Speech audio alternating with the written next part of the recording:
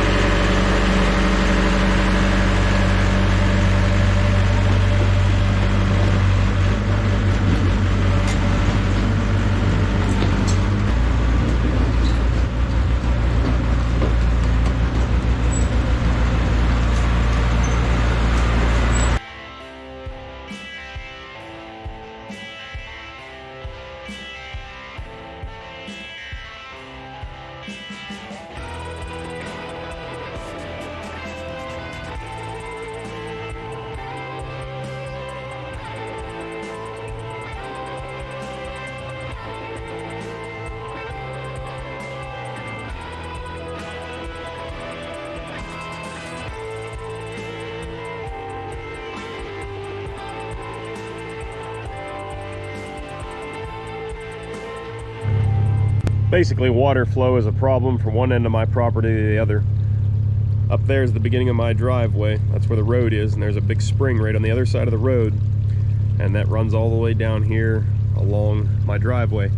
And what happens is the cows get in here and they beat down the sides of the bank, and eventually it ends up looking like the top of this, and I'll show you that in a second. Down here is not so bad. We still have an established ditch and it's flowing pretty good. But since we're here, we're going to clean up the whole thing. See, here's where that little bit of a stream or a spring actually crosses over onto my property here.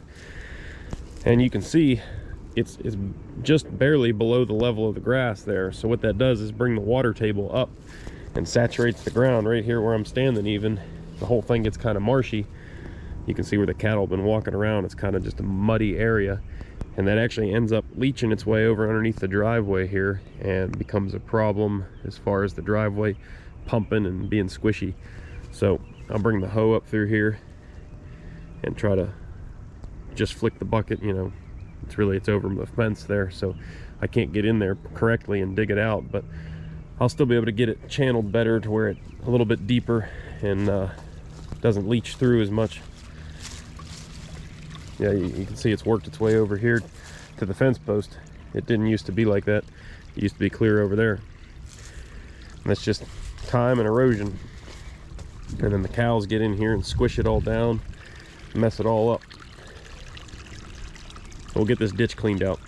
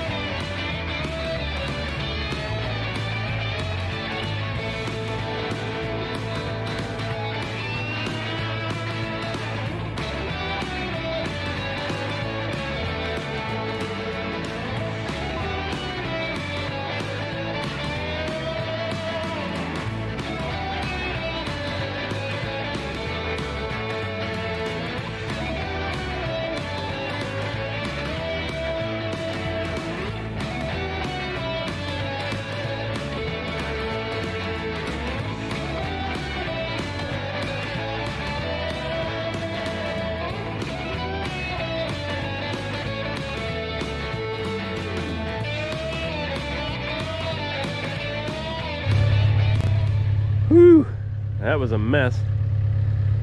But aside from this little spot here where it goes underneath the fence, I got it cleaned out and flowing really nice. As you can see, I got it flowing good on the back side of my fence here. I got my fence post out of the water a good bit now. That should be good. Transitions over here underneath the fence. And the cows will have it, you know, all smashed down again within another couple months, but I need to stay on top of it better. The last time I did this, I just did it with the skid steer. I didn't even have the excavator. So yeah, it's been probably 5 years. Ugh, time flies. So all the dirt that I pulled out and stacked here along the edge, I'm gonna go ahead and leave that sit for now, let that harden up over the next week. And then maybe by the weekend, I think it should be firm enough I can reach over there and spread it out a little bit better. I could use a mop pipe and kind of spread that out better, but it's really just not worth the aggravation. I'm not going to spend too much time making it pretty because the cows are just going to have it all smashed in again before you know it.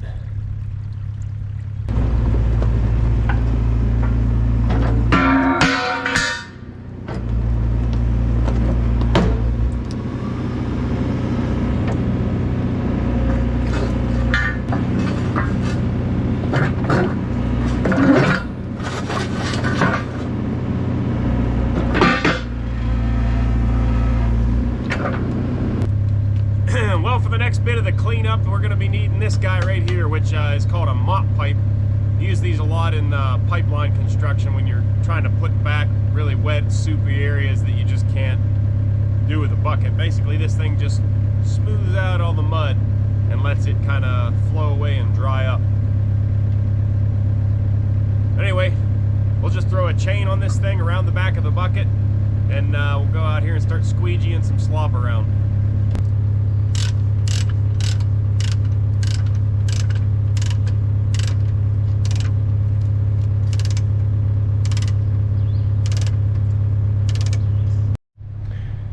So we got a lot of standing water around here, and that is not good. Like I said, it wasn't this way until I disrupted this whole area doing some clearing and then eventually putting the driveway through. There never used to be water standing anywhere around here, and it's my fault for just never grading the sides off when I was done. You know, you try to do everything in a hurry and it just comes back to bite you in the end. So we're gonna get in here with that mop pipe and we're gonna start squeegeeing things around, trying to get the water to drain. I have a drain there, a drain right there, and naturally it drains down there. So as long as I can bust this water loose and let it flow, we should be making progress. And then we'll take, I don't know if you can tell, there's kind of a mounds of dirt there. We'll take that and squeegee it all around and try to fill in all the low spots. I'm standing on a big mound of dirt, so if we need more, we got it.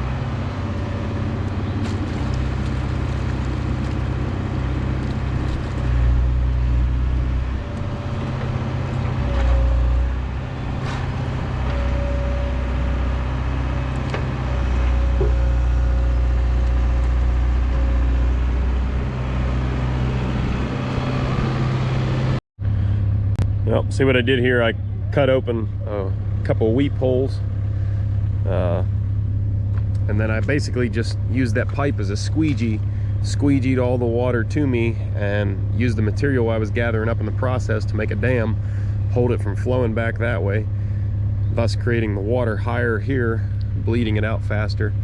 I did that up there as well. I'm about to do it right behind that mound of dirt as well. And then what I'll do is I'll give these a little bit of time to bleed out naturally. It just helps if there's less water involved. And then I'll end up squeegeeing everything straight out of them.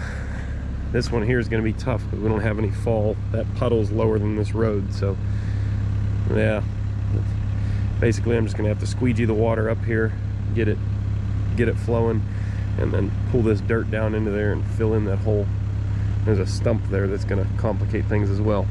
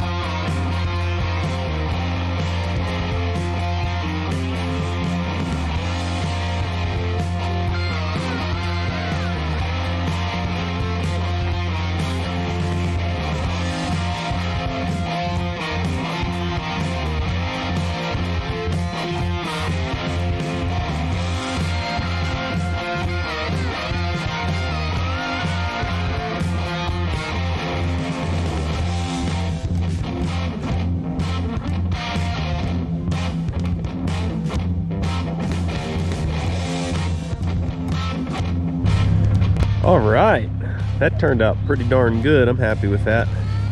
I do have a little sag right down here by this tree stump, but it still doesn't look like it's going to hold any water. We'll see next time it rains, I guess.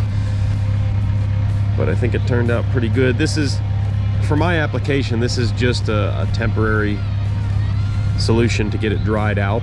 And I'm still going to come in here and regrade this up with a skid steer or the dozer or something after a few months, and it really hardens up. But we got a whole bunch more to go, so let's get going.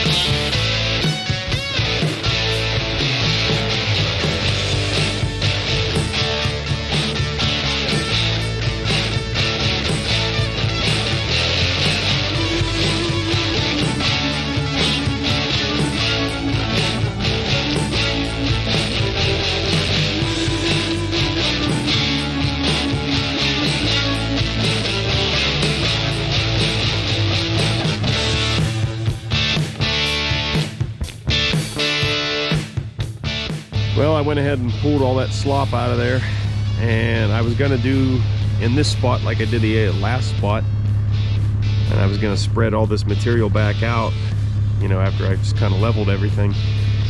But actually, after I did that, I started noticing that all the water from way back in the woods there started draining out this way too. So I don't want to put anything back in there. I think I should just leave it this grade. And all this super wet stuff over here, I mean, this stuff is beyond sloppy. I'm sure you guys can see. I can't even stack it. It just settles right back down like wet concrete. But I'm just gonna let it sit there for right now and try to dry out for a little while, because there's really not much you can do with something like that.